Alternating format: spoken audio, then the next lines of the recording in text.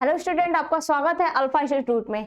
हम लोग आज नई न्यू चैप्टर स्टार्ट करेंगे। इसका हम लोग देखेंगे एमसीक्यू, बहुविकल्पी प्रश्न। इसमें से हम लोग क्या देखेंगे, इंपॉर्टेंट क्वेश्चन देखेंगे बहुविकल्पी का। ओके बच्चों, और इस चैप्टर का नाम क्या है, मानव स्वास्थ्य एवं रोग। क्या नाम है, मानव स्वास्थ्य एवं रोग। इंग्लिश में बोलते हैं इसको बच्चों ह्यूमन हेल्थ एंड डिजीज। क्या बोलते हैं, ह्यूमन हेल्थ एंड डिजीज। इसका हम लोग आज देखेंगे इंपॉर्टेंट क्वेश्चन, वो भी क्या है, बहुविकल्पी प्रश्न। ओके बच्चों, तो स्टार्ट करें हम लोग, बताओ। बहुविकल्पी प्रश्न हम लोग पढ़ेंगे आज और स्टार्ट करते हैं। हम लोग का क्वेश्चन है, ओके बच्चों, तो पहला क्वेश्चन है आपका, ये दिख रहा है क्वेश्चन सबको? बोलो, क्वेश्चन दिख रहा है ना सबको? क्लियर है, आवाज भी आ रही है, क्लियर है सबको ना? बताओ। देखो क्वेश्चन क्या है, पहला क्वेश्चन है, इसमें 4 ऑप्शन दिया गया है। अगर जो ऑप्शन सही होगा उसका तुम लोग क्या करना कि कमेंट बॉक्स में इसका ऑप्शन या ए होगा, बी होगा, सी, कोई भी होगा अगर ऑप्शन, उसका क्या करना, कमेंट में जवाब देना। तो क्वेश्चन मैं पढ़ती हूँ। एडिज इजिप्टाई वाहक है, किसका वाहक है? डेंगू बुखार का वाहक है, या मलेरिया बुखार का वाहक है, या फाइलेरिया का है, या फिर काला आजार का है? बताओ बच्चों किसका है। 4 ऑप्शन दिया गया है, पहले का आंसर बताओ। एडिज इजिप्टाई का वाहक है। 4 ऑप्शन दिया गया बच्चों, बताओ कौन सा ऑप्शन इसमें से सही होगा। डेंगू बुखार होगा, या फिर मलेरिया का बुखार होगा, या फाइलेरिया का होगा, या फिर काला आजार का होगा? देखो इसमें 4 ऑप्शन में से ऑप्शन नंबर ए सही होगा। क्या होगा, ऑप्शन नंबर ए इसका क्या होगा, सही आंसर होगा। डेंगू बुखार क्या होगा, डेंगू बुखार इसका क्या होगा, सही आंसर होगा। डेंगू बुखार का वाहक होता है क्या, एडिज इजिप्टाई। इसका क्या होता है, यह क्या होता है, जो एडिज इजिप्टाई इसके किसके द्वारा होता है, तो विषाणु द्वारा। क्या होता है बच्चों, यह विषाणु के कारण होता है। यह विषाणु के कारण होता है। ओके बच्चों, और इसका वाहक क्या होता है, तो एडिज इजिप्टाई होता है। क्या होता है इसका वाहक, इसका वाहक एडिज इजिप्टाई होता है। इतना सबको समझ में आया बच्चों? बताओ इसका वाहक क्या होता है, यह विषाणु के कारण होता है, और इसका वाहक जो होता है एडिज इजिप्टाई होता है। और यह क्या होता है, यह एडिज इजिप्टाई क्या होता है, यह मच्छर होता है। क्या होता है बच्चों, यह मच्छर होता है। एडिज इजिप्टाई यह मच्छर होता है। ओके बच्चों, और इसे क्या कहते हैं, इसे पीत ज्वर भी कहते हैं। क्या कहते हैं इसे, पीत ज्वर भी कहते हैं। इतना बच्चों सबको समझ में आया, इसे क्या कहते हैं, पीत ज्वर कहते हैं। जो एडिज इजिप्टाई का वाहक होता है उसको क्या कहते हैं, डेंगू बुखार कहते हैं। और यह किसके कारण होता है बच्चों, तो ये विषाणु के कारण होता है। उसका वाहक क्या होता है, एडिज इजिप्टाई होता है। और ये क्या होता है, एडिज इजिप्टाई, तो ये मच्छर होता है। क्या होता है बच्चों, यह मच्छर होता है, और इसे पीत ज्वर भी कहते हैं। क्या कहते हैं, इसका एक और नाम होता है, क्या होता है, इसे पीत ज्वर भी कहते हैं। सबको समझ में आया ये क्वेश्चन? इसके बाद नेक्स्ट क्वेश्चन देखे बच्चों, बताओ नेक्स्ट क्वेश्चन देखे। चलो आगे नेक्स्ट क्वेश्चन की तरफ चलते हैं। पहला क्वेश्चन तो हो गया, आगे नेक्स्ट क्वेश्चन की तरफ चलते हैं। नेक्स्ट क्वेश्चन सबको दिख रहा है, बताओ नेक्स्ट क्वेश्चन दिख रहा है। निम्न में से कौन सा जीवाणु जनित रोग है?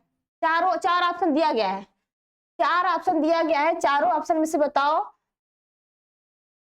कि कौन सा जीवाणु जनित रोग है।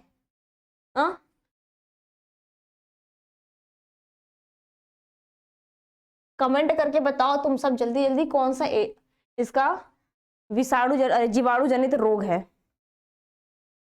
चलो देखो,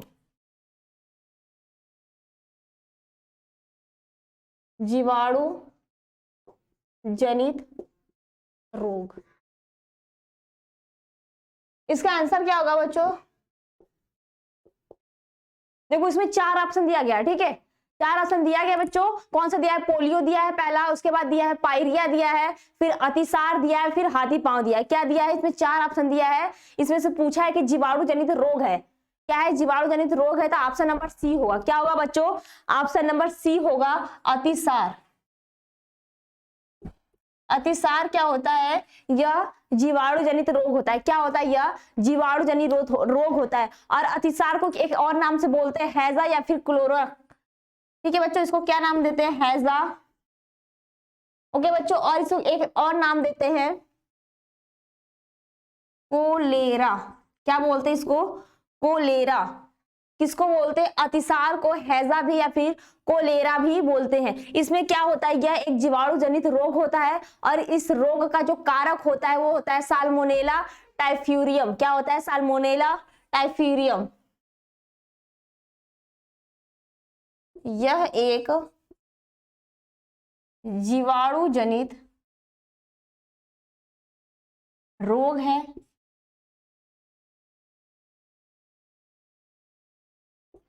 इसका कारक होता है बच्चों साल्मोनेला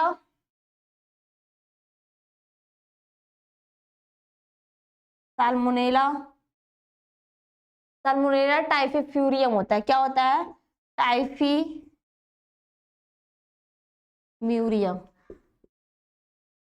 क्या होता है, टाइफीम्यूरियम। ओके बच्चों, क्या होता है, और इसका क्या होता है,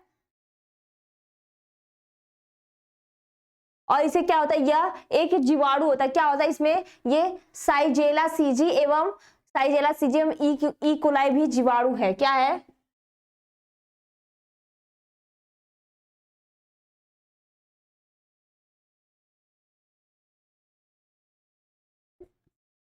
साइजी जेला, और एक क्या होता है साइजी जेला और सीजी एवं और क्या होता है, एक ई कोलाई होता है। क्या होता है,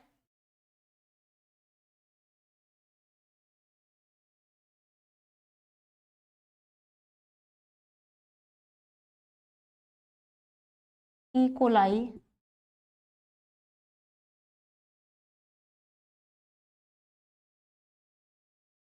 ओके बच्चों, ये क्या होता है, जो इसका कारक कौन, इस रोग के कारक कौन कौन सा हो सकते हैं, तो इस रोग का जो कारक होता है, इस रोग का कारक जो होता है, तो साल्मोनेला टाइफ्यूरियम हो सकता है, फिर साइजेला सीजी हो सकता है, वह ई कोलाई जीवाणु है।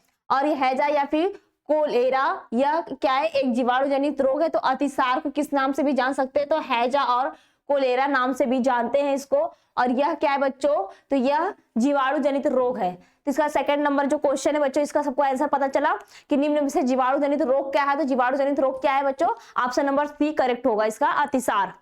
इतना सबको क्लियर हुआ। इसके बाद नेक्स्ट क्वेश्चन देखे, आगे चले। हाँ, आगे चले, इसके बाद नेक्स्ट क्वेश्चन देखे हम लोग। नेक्स्ट क्वेश्चन सबको दिखा कि निम्न में से कौन सा रोग विषाणुओं के द्वारा उत्पन्न नहीं होता है। तो इसमें चार ऑप्शन दिया गया है, निम्न में से कौन सा, तो कमेंट करके बताओ चारों ऑप्शन में से उसका आंसर सही, राइट आंसर, करेक्ट आंसर कौन सा होगा। चार ऑप्शन दिया गया, पहला है पोलियो, दूसरा है चेचक, तीसरा है एड्स और चौथा है टीबी। तो इसमें से बताओ विषाणु द्वारा उत्पन्न नहीं होता है।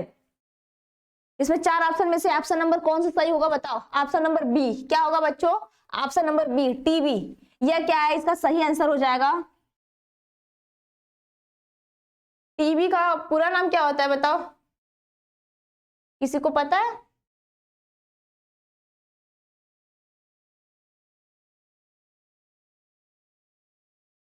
क्या है, विषाणुओं द्वारा उत्पन्न नहीं होता है। क्या, चार ऑप्शन दिया गया है, उसमें से पूछा है बच्चों विषाणुओं द्वारा क्या उत्पन्न नहीं होता है, विषाणुओं द्वारा उत्पन्न नहीं होता है। चार ऑप्शन दिया गया है ना, बताओ। तो उसमें कौन सा ऑप्शन नंबर डी हो जाएगा, क्या हो जाएगा बच्चों, ऑप्शन नंबर डी, जो टीबी होता है इसका आंसर जो हो जाएगा ऑप्शन नंबर डी हो जाएगा। क्या, टीबी। ओके बच्चों, टीबी क्या होता है, यह एक जीवाणु जनित रोग है। क्या है बच्चों, बाकी जो है वो विषाणु के द्वारा होता है, लेकिन जो टीबी है यह जीवाणु के द्वारा होता है। क्या होता है बच्चों, यह रोग जीवाणु के कारण होता है, न कि विषाणु के कारण होता है। क्या होता है, यह रोग जीवाणु के कारण होता है न कि विषाणु के कारण।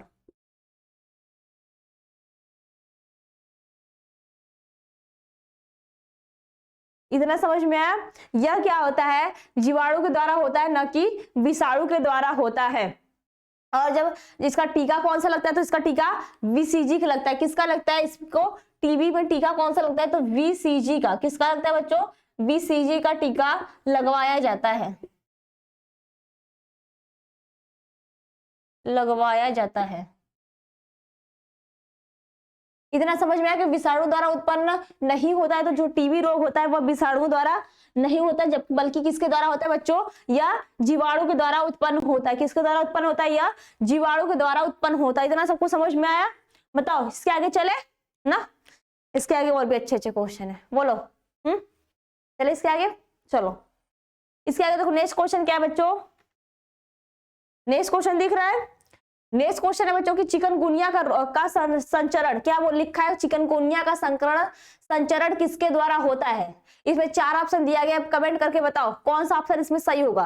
पहला ऑप्शन दिया है घरेलू मक्खी द्वारा, बी ऑप्शन दिया है एडीज मच्छर द्वारा, सी दिया है काकरोच द्वारा, और डी दिया है मादा एनाफिलिस द्वारा। किसके द्वारा, मादा एनाफिलिस द्वारा। 4 ऑप्शन दिया गया है, इसमें से बताओ बच्चों कि कौन सा ऑप्शन नंबर सही होगा, कि चिकनगुनिया जो रोग है किसके संचरण किसके द्वारा होता है, संचरण इसमें कौन सा रोग करता है, तो बताओ इसमें ऑप्शन नंबर कौन सा सही होगा।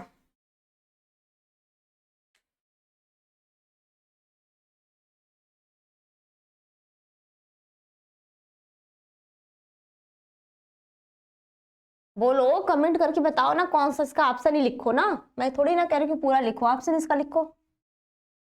क्वेश्चन नंबर 4 का कौन सा सही होगा, बोलो। चिकनगुनिया का रोग का संचरण किसके द्वारा होता है।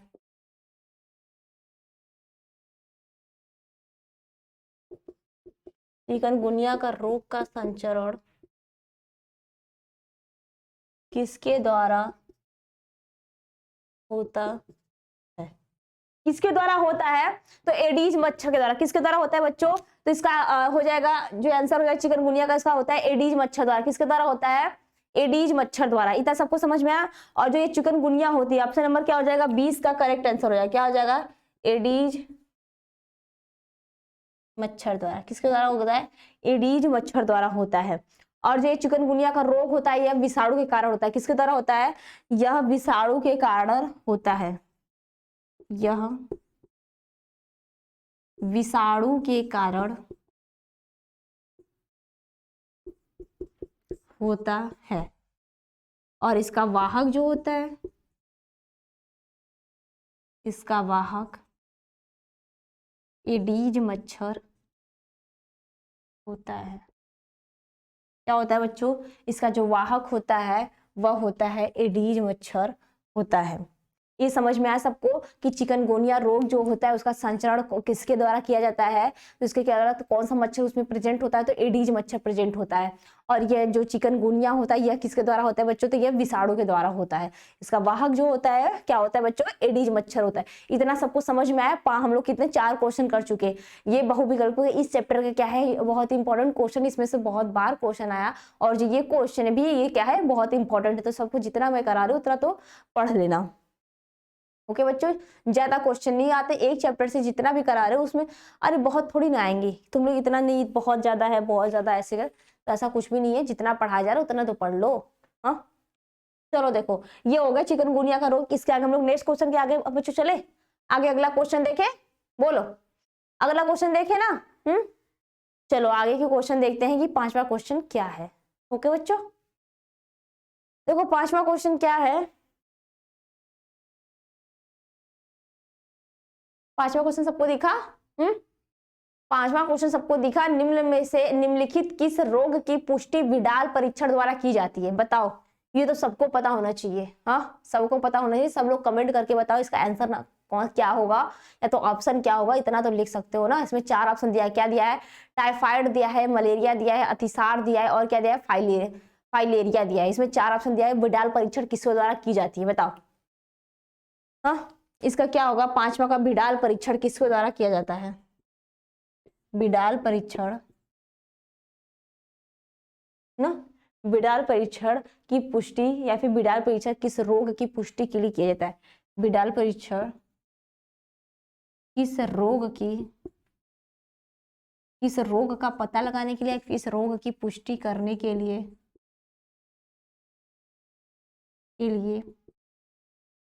किया जाता है? बताओ। इसका आंसर हो जाएगा ऑप्शन नंबर ए। क्या हो जाएगा बच्चों? ऑप्शन नंबर ए, टाइफाइड के द्वारा। किसके द्वारा? किस रोग के होने पे इसका परीक्षण, इसका टेस्ट किया जाता है तो पता चलता है कि ये टाइफाइड है। ठीक है बच्चों, क्या होता है जो बिडाल परीक्षण होता है या टाइफाइड जो रोग होता है इसका, अगर हम लोग जिसको टाइफाइड हुआ रहता है उसका क्या कराते हैं? बिडाल परीक्षण, बिडाल टेस्ट कराते हैं, तभी पता चलता है कि जिसको टाइफाइड हुआ है। इसका ऑप्शन नंबर ए क्या होगा? करेक्ट हो जाएगा, टाइफाइड। क्या हो जाएगा बच्चों? इसका करेक्ट आंसर है टाइफाइड। और जो टाइफाइड रोग होता है इसकी जो पुष्टि होगी किसके द्वारा होती है? तो बिडाल परीक्षण द्वारा होता है। क्या होता है? टाइफाइड रोग का पुष्टि या फिर रोग का पता इसके द्वारा होता है। तो बच्चों टाइफाइड रोग की पुष्टि या फिर रोग का पुष्टि बिडाल परीक्षण द्वारा किया जाता है। बिडाल टेस्ट द्वारा या फिर परीक्षण द्वारा पता किया जाता है। ओके बच्चों, क्या देता है? इसके द्वारा पता किया जाता है। इतना सबको समझ में आया? बताओ 5 क्वेश्चन समझ में आया सबको? बोलो, इतना सबको क्लियर हुआ? चलो इसके बाद हम लोग क्या कहते हैं, अगला क्वेश्चन देखते हैं कि अगला क्वेश्चन क्या है। अगला क्वेश्चन की तरफ चले। हाँ, अगला क्वेश्चन चले। इतना सबको क्लियर हुआ? 5 क्वेश्चन क्या हम लोग ने सॉल्व कर चुका, और इसके बाद अगला क्वेश्चन देखते हैं। अगला क्वेश्चन क्या है? ये तो हो गया सबको ना? बताओ, ये तो हो गया सबका। एक एक लाइन जो लिखवाते हैं ना बच्चों, इसको नोट कर लिया करो, ये बहुत इंपॉर्टेंट होते हैं। एक नंबर का तुम्हारा क्वेश्चन इससे से क्या होगा? ऑप्शन तो तैयार होता ही है, लेकिन जो मैं एक लाइन का लिखवा देती हूँ इसके बारे में, वो तुम्हारा भी अति लघु उत्तरीय प्रश्न में क्या होगा? तैयार हो जाएगा। उसमें फिर तुमको तैयार करने की जरूरत ना पड़ेगी। मतलब एक साथ दो चीज तैयार हो जाती है तुम लोग का। मैं एक एक लाइन इसीलिए बता देती हूँ, इसके बारे में समझा देती हूँ कि तुम लोग का जो अति लघु उत्तरीय प्रश्न आते हैं इससे भी आ जाते हैं, तो इसका जो इतना इंपॉर्टेंट होगा और उसमें भी इंपॉर्टेंट ही हुआ। इस चैप्टर का तुम्हारा एक साथ दो तैयार हो जाते हैं। क्या हो जाते हैं? एक साथ दो तैयार होते हैं। ओके बच्चों, एक साथ क्या होते हैं? दो तैयार हो जाते हैं। तो क्या है, तुम लोग एक एक लाइन जो मैं लिखवाती हूँ ना, सिर्फ इसका ऑप्शन वाला ही मत देखा करो। जो एक एक लाइन है ना, तो नोट कॉपी पेन लेके बैठा करो, इसको एक एक लाइन का भी नोट कर लिया करो तुम सब। ओके, आगे क्वेश्चन चले। बोलो, आगे क्वेश्चन चले ना, आगे की तरफ जो अगला क्वेश्चन है देखे। चलो अगला क्वेश्चन तुम लोग को सबको दिख रहा है ना? निद्रा रोग किस जंतु के कारण होता है? निद्रा रोग, अब निद्रा रोग भी और बोल रहा है जंतु के कारण होता है। कौन सा जंतु है बताओ? इसमें किसी को कोई जंतु दिख रहा है? पहला लिखा है यूग्लिना, दूसरा लिखा है प्लाज्मोडियम, तीसरा लिखा है ट्रिपैनोसोमा, और डी वाला ऑप्शन लिखा है अमीबा लिखा है।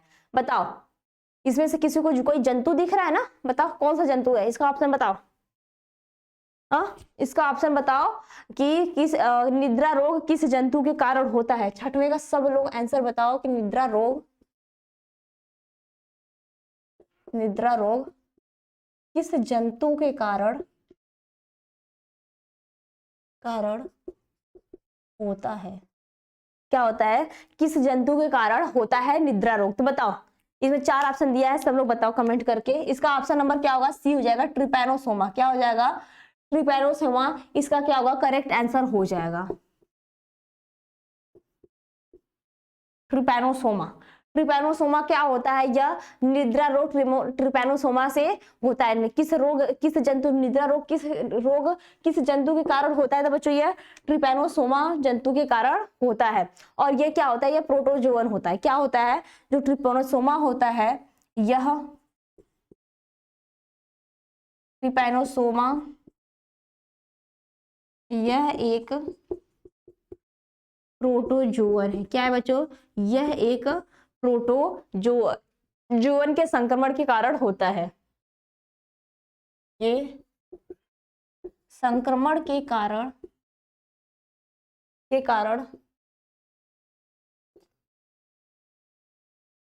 होता है। इतना सबको क्लियर हुआ? बताओ यह किसके द्वारा होता है? तो यह ट्रिपैनोसोमा के कारण होता है। कि ये ट्रिपैनोसोमा क्या होता है? तो यह एक प्रकार का प्रोटोजोअन होता है। क्या होता है? यह एक प्रकार का प्रोटोजोअन होता है। इतना सबको समझ है। मैंने अभी बहुत सारे हम लोग देखे कि उसमें देख रहे थे कि ये विषाणु के द्वारा हो रहा है, ये जीवाणु के द्वारा हो रहा है, विषाणु मतलब बैक्टीरिया के द्वारा, वायरस के द्वारा, और ये आ गया नया आ गया क्या, प्रोटोजोआ के कारण हो रहा है। किसके द्वारा, प्रोटोजोअन के द्वारा ये रोग होता है। कौन सा रोग, तो निद्रा रोग क्या होता है, ठीक है, निद्रा रोग। हाँ बताओ, अब कोई बोलेगा कि सोने का भी कोई रोग होता है, निद्रा रोग सोना ही होता है ना, बोलो सोना ही होता है ना। तो निद्रा रोग का भी क्या होता है, किस जंतु का कारण होता है, ये ट्रिपेनोसोमा के कारण। ट्रिपेनोसोमा क्या होता है, एक प्रकार का क्या होता है बच्चों, प्रोटोजोआ होता है। इतना सबको समझ में आया। इसके बाद आगे चले, अगले क्वेश्चन की तरफ देखते हैं। अगला क्वेश्चन क्या है बच्चों, के बाद देखो अगला क्वेश्चन बच्चों क्या है, विषाणुओं से संक्रमित कोशिकाओं द्वारा निर्मित पदार्थ जो अन्य कोशिकाओं को संक्रमण से बचाता है। इसमें बच्चों 4 ऑप्शन दिया गया है। क्या दिया गया है, 4 ऑप्शन दिया गया है। कौन कौन सा है, तो सेरोटीन है, कोलेस्ट्रम है, इंटरफेरॉन्स है और हिस्टामिन है। क्या है, हिस्टामिन। इसमें कौन सा ऑप्शन सही होगा, बताओ सब लोग, कौन सा ऑप्शन सही होगा कि विषाणु में संक्रमित कोशिकाओं द्वारा निर्मित पदार्थ जो अन्य कोशिकाओं को संक्रमण से बचाता है, बताओ इसका कौन सा सही होगा।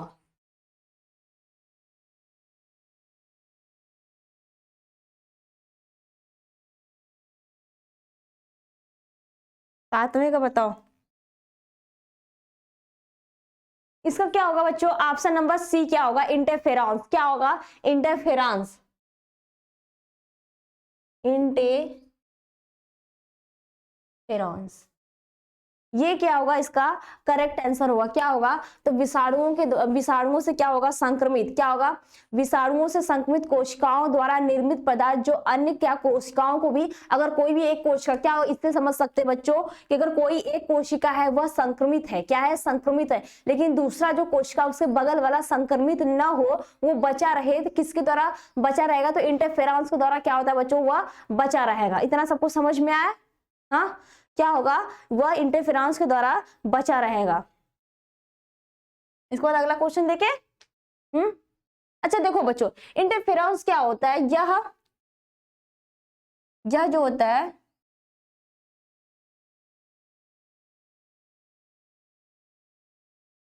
यह किसके निर्माण से बना होता है, बताओ। यह जो होता है बच्चों, यह इंटरफेरेंस होता है संक्रमित कोशिकाओं द्वारा क्या होता है, संक्रमित कोशिका जिसमें प्रोटीन क्या होती है, प्रोटीन व संक्रमित, इसको देखते हैं ऐसे, ऐसे भी इसको समझ सकते हैं। देखो जो इंटरफेरेंस होता है, इंटरफेरेंस,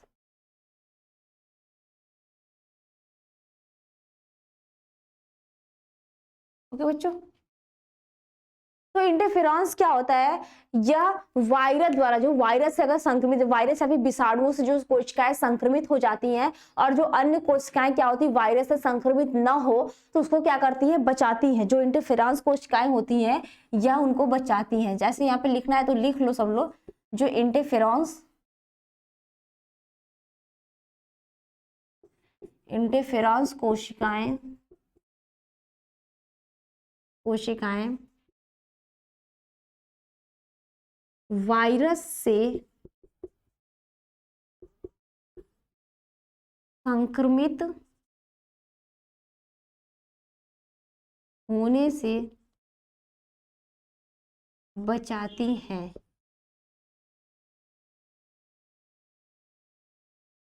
इंटरफेरेंस कोशिकाओं को, ठीक है बच्चों, क्या हो जाएगा, कोशिकाओं को वायरस से संक्रमित होने से क्या करती हैं, ये बचाती हैं। और जो कोशिकाएं जो होती हैं, इसमें जो कोशिकाओं द्वारा उत्पादित प्रोटीन होता है, क्या होता है इसमें, कोशिकाओं द्वारा उत्पादित प्रोटीन, कोशिकाओं द्वारा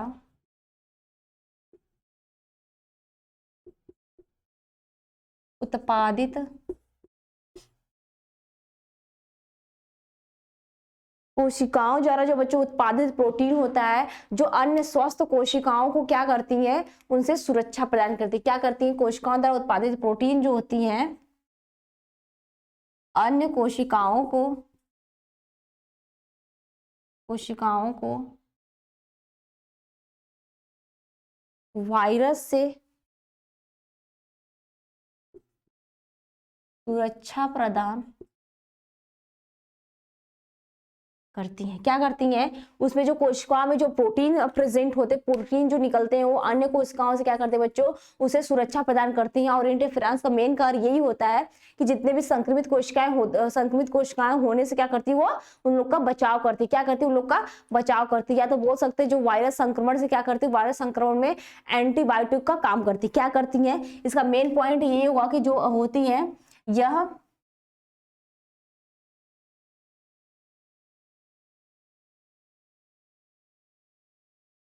ये जो होती है वायरस संक्रमण से क्या करती है? वायरस संक्रमण में एंटीबायोटिक का काम करती हैं। क्या करती हैं? संक्रमण कोशिकाओं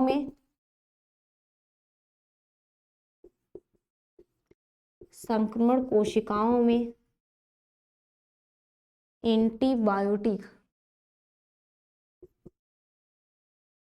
एंटीबायोटिक का कार्य करती हैं।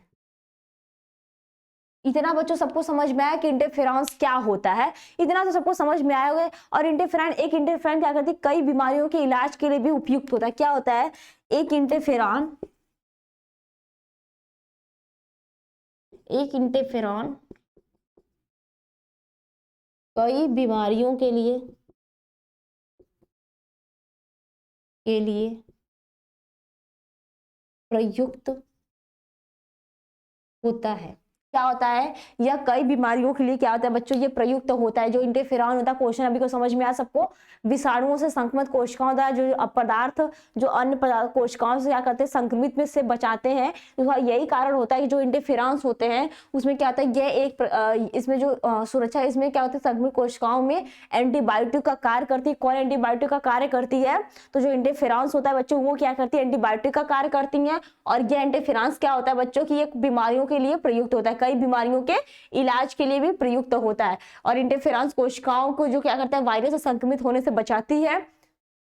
और ये पॉइंट क्या लिखा है कि कोशिकाओं द्वारा उत्पादित प्रोटीन क्या करती है? अन्य कोशिकाओं को उसमें जो अगर बचाती है तो क्यों बचाती है? तो उसमें जो प्रोटीन प्रेजेंट होते हैं, जो प्रोटीन उत्पादित होते हैं उसकी वजह से क्या करती है? बचाती है। और उस प्रोटीन में क्या होते हैं? तो वो एंटीबायोटिक की तरह क्या करती है? कार्य करती है, जिससे और भी कोशिकाएं क्या हो? संक्रमित ना हो। किससे संक्रमित ना हो? तो वायरस से क्या हो? संक्रमित ना हो। इस वजह से क्या करती है? इंटरफेरेंस का सबसे मेन उसका जो वर्क होता है, उसका जो कार्य होता है यही होता है कि इंटरफेरेंस क्या करती है? एक प्रकार की एंटीबायोटिक की तरह कार्य करती है कोशिकाओं में। और उसमें किस वजह से करती है? उसमें प्रोटीन प्रेजेंट होते हैं और वो क्या करती हैं? वो वायरस से संक्रमण से क्या करती है? अगर एक कोशिका संक्रमित हो गई है, ठीक है बच्चों, मान लो एक कोशिका इन्फेक्टेड हो गई है, लेकिन हम ये चाहते दूसरी कोशिका इन्फेक्टेड ना हो, तो किसके द्वारा नहीं होती? तो किसके द्वारा? इंटरफेरेंस के द्वारा क्या होती है? दूसरी कोशिका में भी इंफेक्शन नहीं फैलता है, वो भी संक्रमित नहीं होती है। और उसमें क्या प्रेजेंट होता है? तो जो प्रोटीन के प्रेजेंट होता है। और प्रोटीन क्या करता है? पूरी एंटीबायोटिक की तरह भी कार्य करता है। किसकी वजह से? इंटरफेरेंस की वजह से। इतना सबको समझ में आया बच्चों? बताओ, इतना समझ में आया सबको? हाँ, इतना समझ में आया ना? बोलो, इतना समझ में आया सबको? इसके बाद अगला क्वेश्चन देखिए। हाँ, अगला क्वेश्चन क्या है? चलो अगला क्वेश्चन देखते हैं सब लोग। अगला क्वेश्चन दिख रहा है? ये तो सबको पता हो ना, अभी मैंने बता रखा था। ये क्वेश्चन बता दी, ये सबको तो सब आंसर कर दो इसका। हाँ, इसका सब आंसर करो। टीबी टीबी के टीके का नाम क्या है? इसका सब लोग आंसर करो। मैंने तो अभी बताया था ना पहले क्वेश्चन में। हाँ? टीबी के टीके का क्या नाम है? 8वां क्वेश्चन है, बताओ टीबी के टीके का क्या नाम है?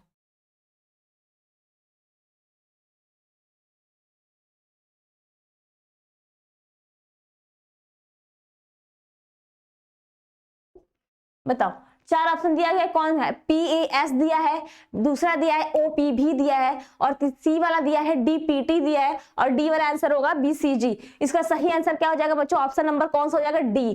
क्या होगा? टीबी के टीके का नाम क्या है? तो BCG। क्या नाम है? BCG। BCG। अब BCG का पूरा नाम क्या होता है? तो बैसिल, क्या होता है इसका पूरा नाम? बैसिल। और क्या होता है? क्लेमेट। क्या होता है?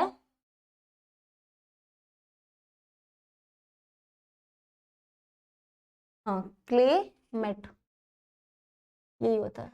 ओके बच्चों, और जी से क्या हो जाएगा, गुइन, क्या होगा, गुइरिन। ये हो जाएगा पूरा बीसीजी का नाम, बैसिल क्लेमेट गुइरिन। ये क्या होगा, बी से तुम्हारा बैसिल्स हो जाएगा, बैसिल हो जाएगा, और सी से तुम्हारा होगा क्लेमेट हो जाएगा, और डी जी से क्या हो जाएगा, गुइरिन हो जाएगा। ये जो होता है, और इसमें कौन सा वैक्सीन लगता है बताओ, टीबी में किसका वैक्सीन लगता है,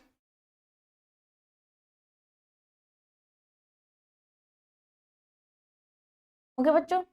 तो इसका हो जाएगा इसका बीसीजी का पूरा नाम हो जाएगा।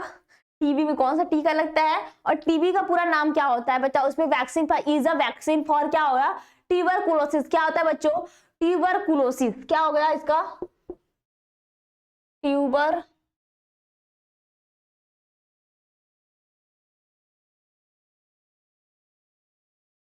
कुलोसिस, ये हो जाएगा टीबी का,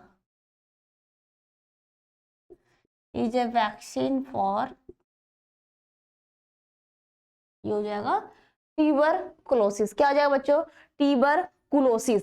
किसका हो जाएगा, टीबी का पूरा नाम होता है ट्यूबरकुलोसिस। इसमें कौन सा टीका लगता है, किसका टीका लगता है बच्चों, तो बीसीजी का टीका लगता है। और बीसीजी का पूरा नाम क्या होता है, बैसिल क्लाइमेट और ग्यूरिन होता है। क्या होता है, बैसिल क्लाइमेट ग्यूरिन होता है इसका, और टीम्स में कौन सा लगता है, तो is a vaccine for tuberculosis. इतना सबको क्लियर हुआ पॉइंट, बताओ बच्चों, इतना समझ में आया। अगला क्वेश्चन देखे, अगले क्वेश्चन की तरफ चले। अगला क्वेश्चन देखे, इससे भी अच्छा क्वेश्चन है, बताओ, रेडी हो अगले क्वेश्चन की तरफ बच्चों, बताओ। चलो अगला क्वेश्चन देखते हैं हम लोग।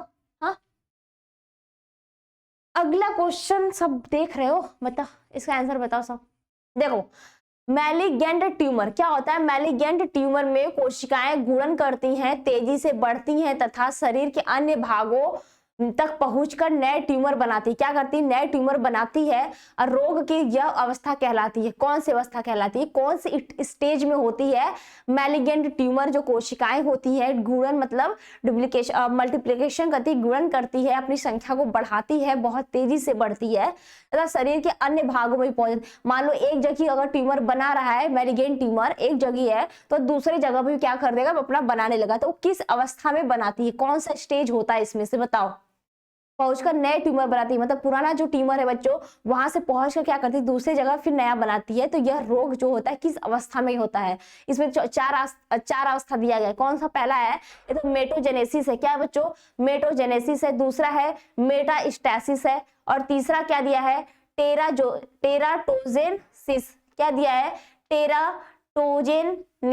और चौथा दिया है माइटोसिस। कौन दिया है चौथा, माइटोसिस। तो इसका आंसर कौन सा हो जाएगा, बताओ, इसका आंसर कौन सा हो जाएगा, 9वें क्वेश्चन का आंसर क्या होगा, बताओ।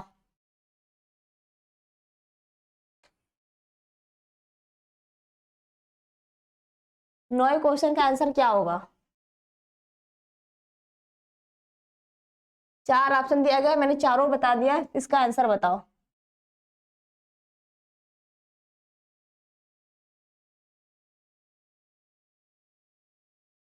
देखो इसका आंसर हो जाएगा बी वाला, मेटास्टैटिस। क्या हो जाएगा बच्चों, मेटास्टैटिस। इसका बी हो जाएगा, करेक्ट आंसर हो जाएगा मेटास्टैटिस। ये क्या होगा, इसका करेक्ट आंसर हो जाएगा। किसका, तो मैलिगेंट जो ट्यूमर होता है, अगर एक कोशिका में द्विगुणन कर रहा है, गुणन की संख्या उसकी बराबर, वो बहुत तेजी से कर रहा है, और वो क्या करता है, शरीर के अन्य भागों कहीं भी क्या करते हैं, जाके नया ट्यूमर बनाता है। तो किस स्टेज में होता है, तो मेटास्टैटिस स्टेज में होता है। इसमें क्या होता है बच्चों, इसमें ट्यूमर क्या होते हैं, 2 प्रकार के होते हैं। पहले सुन लो, जो ट्यूमर होते हैं वो 2 प्रकार के होते हैं। क्या होते हैं, ट्यूमर 2 प्रकार के होते हैं।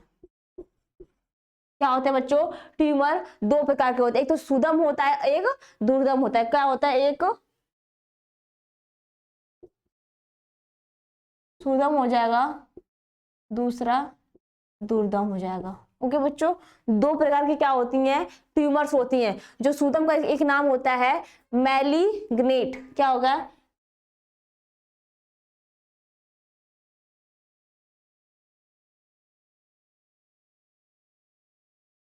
मैलिग्नीन।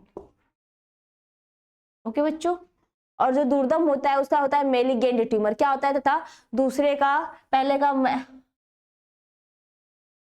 मैलीगेंट ट्यूमर।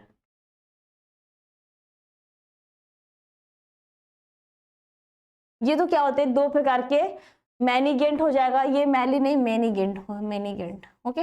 मैरीगीन ट्यूमर हो गया, मैलीगेंट ट्यूमर। ये क्या होते हैं, दो प्रकार के ट्यूमर, या तो इसको सुदम ट्यूमर भी बोल सकते हैं, या तो इसको दुर्दम ट्यूमर भी बोल सकते हैं। ट्यूमर क्या होते हैं, दो प्रकार के होते हैं। और जो मैटीगेंट होते हैं, या तो इसको मैलीगेंट भी बोल सकते हैं। तो मैलीगेंट जो ट्यूमर होते हैं, ये कोशिकाओं के शरीर में अन्य भागों में क्या करते हैं, पहुंचकर नए ट्यूमर बनाती है। क्या करती हैं, जो मैलीगेंट ट्यूमर होती हैं, मैलीगेंट ट्यूमर शरीर के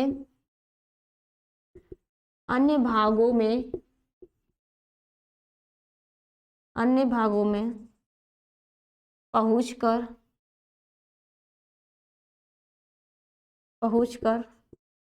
नए ट्यूमर बनाती है। क्या करती है, यह जो मैलीगेंट ट्यूमर होता है, यह शरीर के अन्य भागों में पहुंचती है और क्या करती है, एक नया ट्यूमर बना लेती है। और ये जो ट्यूमर नए को जो नया ट्यूमर बनाती है, किस स्टेज में बनाती है, तो मेटास्टैटिस। इस स्टेज को क्या बोलते हैं, इस स्टेज को मेटास्टैटिस, क्या बोलते हैं, मेटास्टैटिस कहते हैं, अवस्था कहते हैं। इतना तो सबको क्लियर हुआ कि जो ट्यूमर होते हैं क्या होते हैं, दो प्रकार के होते हैं, तो सुदम हो जाएगा, सुदम ट्यूमर, या फिर दुर्दम ट्यूमर, या तो इसको एक और नाम से बोलते हैं मैनीगेंट ट्यूमर या फिर मैलीगेंट ट्यूमर। और जो मैलीगेंट ट्यूमर होता है, इसी जो ये ट्यूमर जो होता है, ये ट्यूमर बनाता है शरीर में, क्या करती है, ये शरीर के किसी अन्य भाग में पहुंचती है, तो क्या करती है, वहां एक नया ट्यूमर का फॉर्मेशन कर देती है। और जिस अवस्था में करती है फॉर्मेशन, उस अवस्था को बोलते हैं मेटास्टैटिस ट्यूमर बोलते हैं। क्या करते हैं, मेटास्टैटिस ट्यूमर बोलते हैं। और ये ट्यूमर होता क्या है, तो ट्यूमर होता क्या है, यह क्या होता है, यह न्यू ग्रोथ, क्या बोलते हैं, a new growth of abnormal tissue that is the often by uncontrolled and progressive is known as, या फिर इज कॉल्ड एज ट्यूमर। इतना सबको समझ में आया, क्या होता है अ न्यू ग्रोथ, क्या आ जाएगा बच्चों, अ new growth of abnormal tissue that of often uncontrolled of progressive is called tumour. इतना सबको समझ में आया कि ट्यूमर क्या होता है, वह एक प्रकार की टिश्यू होती है और वो क्या करती है, अनकंट्रोल, मतलब उसकी कोई लिमिट नहीं होती, इतना वो क्या करती है, सेल को टिश्यू को क्या करती है, डिवाइड करती है, और वो प्रोग्रेस करती है, और उसी को क्या बोलते हैं हम लोग, ट्यूमर बोलते हैं। और वो क्या करती है, एक कोशिका में है और कहीं और शरीर के दूसरे भाग में जाती है, तो नया ट्यूमर का फॉर्मेशन करती है। और वो जिस अवस्था में करती है, जिस स्टेज में करती है, उसका नाम होता है मेटास्टैटिस होता है। क्या होता है, मेटास्टैटिस। इतना तो सबको क्लियर हो गया होगा, हाँ बताओ, इतना क्लियर हो गया। अब इसके बाद जो है लास्ट क्वेश्चन है, इसका क्या है, बहुविकल्पी का, इस चैप्टर का बहुविकल्पी का ये लास्ट क्वेश्चन, इसके बाद जो होगा ये लास्ट क्वेश्चन होगा। तो चलो आगे देखते हैं इसका लास्ट क्वेश्चन क्या है। ओके, लास्ट क्वेश्चन दिखा सबको, बताओ, लास्ट क्वेश्चन सब देखा। अफीम से प्राप्त मार्फिन है, क्या है, अफीम से प्राप्त मार्फिन क्या होता है, इसमें चार ऑप्शन दिया है, पोम होता है, दूसरा एल्काइड होता है, तीसरा लैक्टस होता है, चौथा टेनिन होता है। बताओ बच्चों कौन सा होता है, इसका ऑप्शन बताओ, हाँ इसका कौन सा ऑप्शन नंबर सही होगा, बोलो। तो जो अफीम से प्राप्त मार्फिन होता है, यह एक प्रकार का क्या होता है, एल्कलाइड होता है। क्या होता है बच्चों, ये लास्ट क्वेश्चन है बहुविकल्पी का, इस चैप्टर का।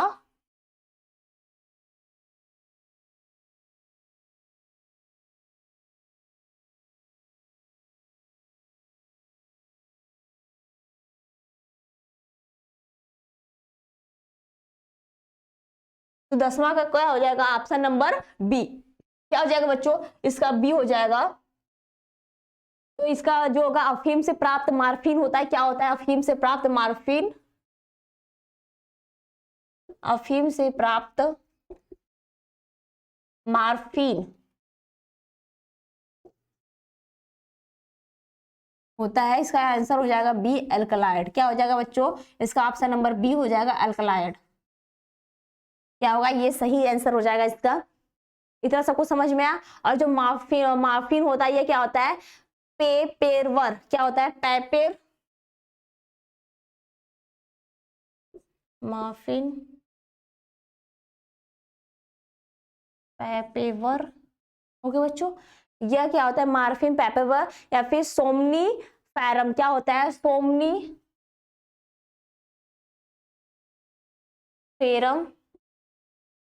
से प्राप्त किया जाता है। क्या किया जाता है, यह मार्फिन जो होता है यह पेवर और सोमनीफेरम से क्या किया जाता है, प्राप्त किया जाता है। और जो अफीम से प्राप्त मार्फिन होता है वह एक प्रकार का क्या होता है बच्चों, एल्कलाइड होता है। क्या होता है, यह एक प्रकार का एल्कलाइड होता है। इतना सबको क्लियर हुआ, बताओ यहाँ पे आज क्या करते हैं हम लोग, इसको क्लोज करते हैं। इतना सबको समझ में आ गया इस चैप्टर में। तो ये जो चल रहा था हम लोग का बहुविकल्पी, क्या चल रहा था बच्चों, बहुविकल्पी चल रहा था। कौन से चैप्टर का, मानव स्वास्थ्य एवं रोग, ह्यूमन हेल्थ एंड डिजीज में ये इंपॉर्टेंट क्वेश्चन थे बहुविकल्पी के। हमने इसमें 10 क्वेश्चन क्या किया, सॉल्व किए, और ये क्या थे, इंपॉर्टेंट क्वेश्चन थे। तो सब लोग क्या करो, इसको नोट डाउन ही कर लेना और पढ़ लेना। ओके बच्चों, आज के लिए इतना क्लोज करते हैं हम लोग।